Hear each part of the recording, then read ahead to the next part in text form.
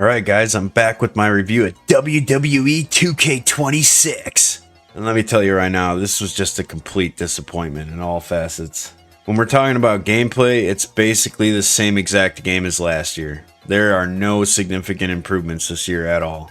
And that's not to mention the disgusting, ludicrous microtransactions that they've added this year, as well as locking paid wrestlers in arenas behind a battle pass. This is some of the worst greed I've seen out of a video game company. I'm dead serious, and I think this is the last year I'm getting this game. I don't recommend anybody buy these games going forward.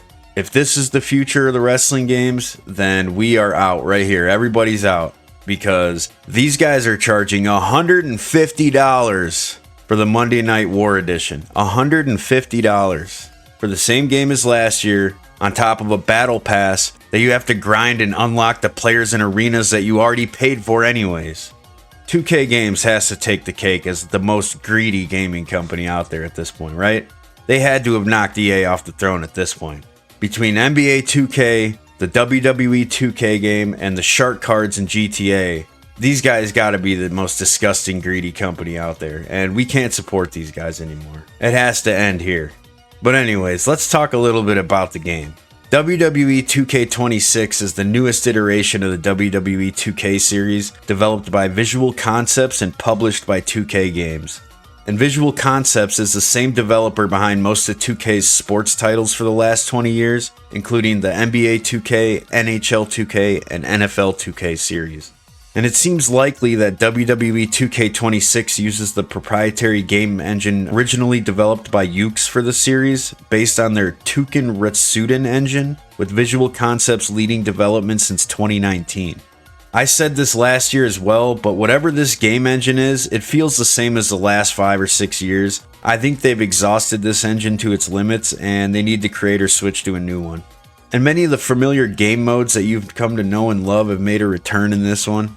My Rise is the story mode where you create a wrestler and take them on their path to WrestleMania. And this mode was severely lacking this year. Because unlike last year where the My Rise NXT Mutiny storyline was actually fun and engaging to play, this year is the most bare bones rehash of a career mode I've seen in a while. The Archetype character from like 2 or 3 games ago makes his return, and he's trying to make a comeback in the WWE. That's the storyline, that's it. You just wrestle a few matches, go through the motions, and then it ends. There's nothing fun about the gameplay and nothing engaging about the story. It's just an absolute terrible experience this year.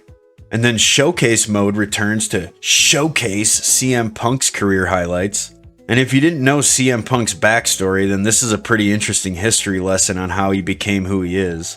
But other than that, it's your typical showcase mode where you wrestle a bunch of historical matches and unlock rewards for doing so, such as wrestlers and arenas. I mean, this was very straightforward, but I enjoyed going back through the Punk years and reliving some of those memorable moments from the early 2010s. And of course, My GM mode is back again, and it's just as boring and bland as ever.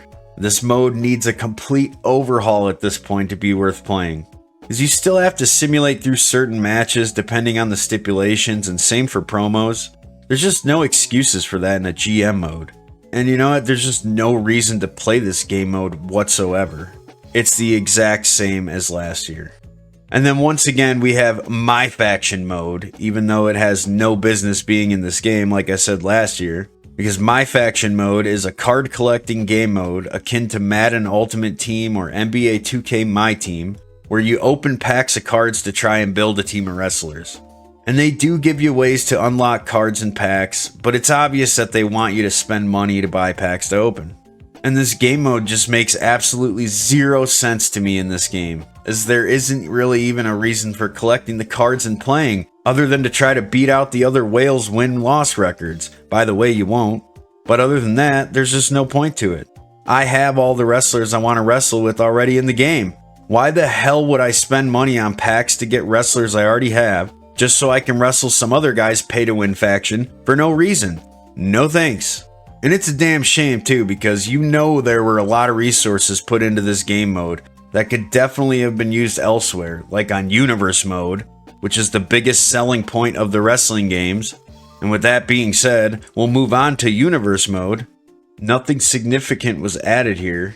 And that's just a damn crime against humanity, man. The biggest selling point of the game, once again, universe mode, and they put the least amount of effort into it. It's unfortunate we have to deal with this as wrestling fans. So you do have a few new match types, including an I Quit match, an Inferno match, a Dumpster match, and the 3 Stages of Hell match. But other than that, it still has the same stale feeling from the past few years. Even with the addition of promos and pre-match stare downs, the rivalries still come off as bland and don't really build any type of storyline. So you get bored real fast in this mode because you've been playing it with very minimal additions for the last 5 years. The game just doesn't do a good job at matchmaking or telling stories, so no matter what you do to try to bring life into your universe mode, it always just feels dead and soulless. And you know what? WWE 12 is still the best wrestling game in my opinion when it comes to just being able to let the game book the matches and watch the rivalries fly. I mean, everything would start compiling in the universe mode in that game, and before you knew it, you had all kinds of alliances and rivalries going on. This storytelling aspect and not knowing what's going to happen is what's missing with modern 2K wrestling games. They keep adding features to the game, but they can't seem to figure out how to get the game to tell its own stories. And it's so unfortunate, but I just don't think they'll ever get that part right. And for PC players such as myself, we finally get our first glimpse of the infamous Island mode, because last year they didn't give it to us, we just didn't have it. And this mode is an online game mode where you create your own wrestler and play through storylines to earn points for your faction and climb the leaderboards. And you can choose from 3 different orders: the Order of Tradition, ran by Cody Rhodes, the Order of Anarchy, ran by CM Punk, and the Order of Shadows, ran by Rhea Ripley. But there's really not much to do here other than play through the roguelike tower runs in your faction. Other than that, I couldn't even get matched up with people when I tried to play online. It might be different for console players, but it was like there wasn't anyone playing online on PC when I tried. And you know what? The craziest part of all is that even after saying everything I just said, the Island is still the most fun game mode in the game. Having progression for your character and wanting to climb the leaderboards had me playing this mode for quite a few hours. I spent most of my playtime in this specific mode, so at least it has that going for it. Alright, now that we have the game modes out of the way, I want to talk about the price point of this game. 2K Games and Visual Concepts are charging $150 for the Monday Night War Edition. So first of all, I just want to say that that's pure insanity, even if the game was fresh and new. And second of all, this is a yearly release game that has basically 0 improvements. So the audacity of this company to charge this much money for the same game as last year is outrageous. But just when you thought it couldn't get any worse, even if you bought the $150 version of the game, the wrestlers and arenas that you paid for are still locked behind their new seasonal battle pass called the Ringside Pass. Yeah, this means you still have to grind out the levels of the battle pass in order to unlock the characters and arenas that you already paid for with the $150 editions. This is just absolutely ludicrous, and I cannot recommend anyone buy this game just on this shady business practice alone. This company is out of their goddamn minds, and we need to let them know. Enough is enough. Alright, moving on to the good aspects of the gameplay. The reversal system has been revamped so that it drains your stamina, making spamming harder and strategy more important at higher difficulties. And I actually liked this change, especially when playing against other humans, as it adds strategy to reversals as opposed to spamming the buttons and knowing the timing every time. And they also added new start of match actions, which allow you to play to the crowd, real or fake handshake, start chain wrestling, trade blows, or even surprise attack someone before the match. So now you can choose how the tone of the match will start, and I enjoyed being able to have control over that aspect as it added interesting little stories to each match. And you now have interactive entrances, which allow you to control babyface or heel emotes, taunts, gestures, and stage pyro. And this was a fun little gimmick that I enjoyed messing around with quite a bit during the entrances, but it gets old pretty quick. And then they also added a few new weapons to the mix. Now you have thumbtacks that you can pour all over the place and powerbomb people on, a shopping cart, stackable tables, and the championship belt next to the announcers during a championship match. And you know what? I didn't think they could pull it off, but they finally did it. The referees are much better this year than in previous iterations of the game. I mean, they finally move fast and get down to count the pin in a timely manner, and I couldn't believe it when I saw it. For the most part, the ref stayed out of the way of the action and did his job when he needed to, so good job to the devs for finally fixing the referees after like 5 years. And then of course we have the customization and community creations, which are still top notch. Wrestling games have always led the way in gaming when it comes to customization of characters and utilizing community creations, and this game is no exception, and it's what we've come to expect out of our wrestling games. You can basically make whatever you want, from wrestlers to arenas to new shows, or even upload your own images into the game as well, so the possibilities are endless. Alright, moving on to the bad aspects of the gameplay. The gameplay is just pretty much the exact same thing as last year. I already mentioned the new gameplay features, and that's it. It plays exactly like last year's game to a T, almost like it's a copy-paste job. And for a $150 price tag, you expect major improvements, and this game delivered nothing new in the gameplay department. And the wrestlers still glitch into ropes in their opponents when performing moves. I mean, sometimes your character will get into the ring, but the top rope is caught on his neck, then he just phases through it. Or you'll put your opponent in a sleeper hold, only for your arms to be completely glitched behind his head so that you aren't even really choking him. It really does look outlandish and kills the vibe of matches when it happens. Also, the AI pathing in general is still really bad. I mean, nothing's worse than when you're doing AI versus AI matches, and there's a countout simply because one opponent spent 4 seconds walking around the ring and couldn't find a good enough place for him to get back in the ring. It actually happens a lot in this game, and it kills rivalry matches big time. Alright, moving on to the gameplay summary.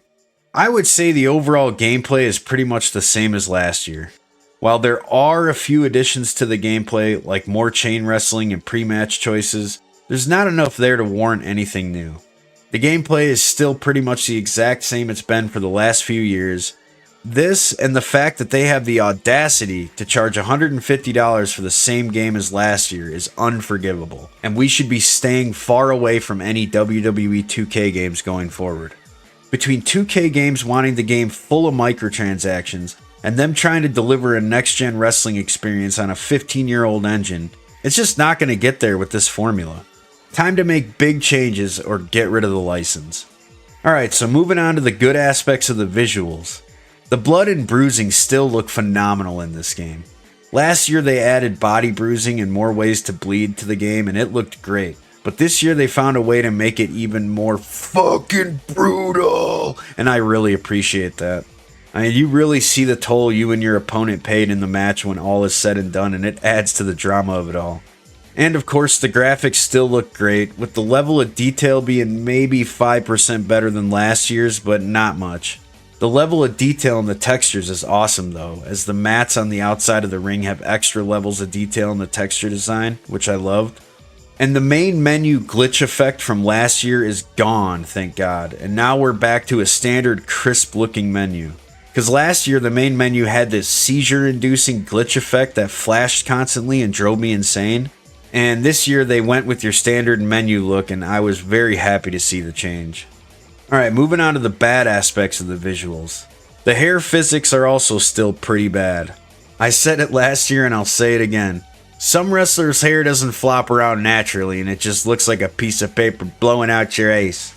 So let's move on to the visuals summary. Overall, I would say that the graphics have slightly improved. Some entrances and face scans look like perfect replicas of real life, while others, especially if they have long hair, can come off looking out of place. But the blood and bruising system is amazing, and that definitely brought something more to the table, but not enough changes in graphics to make it stand out from the previous years. Alright, moving on to the good aspects of the sound. The soundtrack was decent this year, with around 16 tracks of all different genres. From metal to hip-hop, there's something for everyone, and I had a few caught in my head a couple times, so the soundtrack definitely did its job. And the small detailed sounds are good again this year too.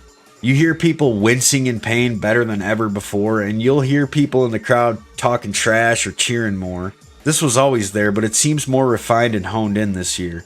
The balance of in-game sound between the crowd noise, the wrestlers, and the ring are perfectly in unison this year, and it shows. And the characters' voice lines in My Rise and The Island are actually pretty good. This year they made sure all of the wrestlers had their morning coffee and were ready to go before recording voice lines, and I really appreciated that. Because last year, everyone sounded low energy, like they just rolled out of bed and hadn't had their morning coffee, so it's nice to see them stepping it up this year. Alright, moving on to the bad aspects of the sound. I don't really have anything bad to say about the sound during my playtime. I didn't have any issues, so moving on to the sound summary. The overall sound was pretty well done this year.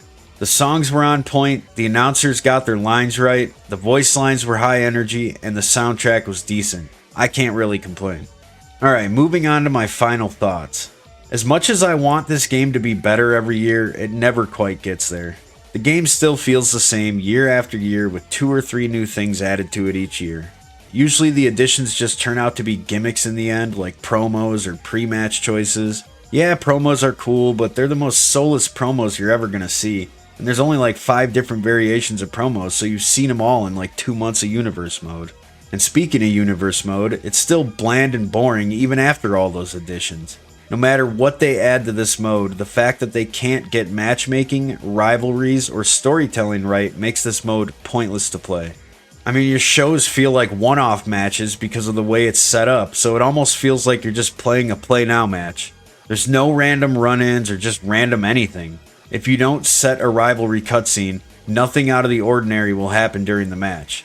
This makes the mode useless, and is also why I ranted earlier about WWE 12 and how awesome that game was at generating stories and rivalries. If you know, you know. And the same glitches and broken mechanics from years past are still prevalent here, including glitching through ropes and opponents, to AI characters getting counted out because they don't seem to know how to get back in the ring sometimes. The sound and graphics are still very well done here though overall. A decent soundtrack, detailed in-ring sounds, along with lifelike graphics really go together to give you that authentic WWE feel here. So, should you buy this game?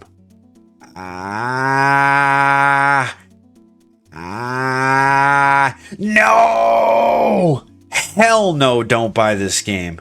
The fact that these assholes are charging $150 for the Monday Night War Edition, just to lock characters and arenas behind a battle pass anyways, is pure insanity.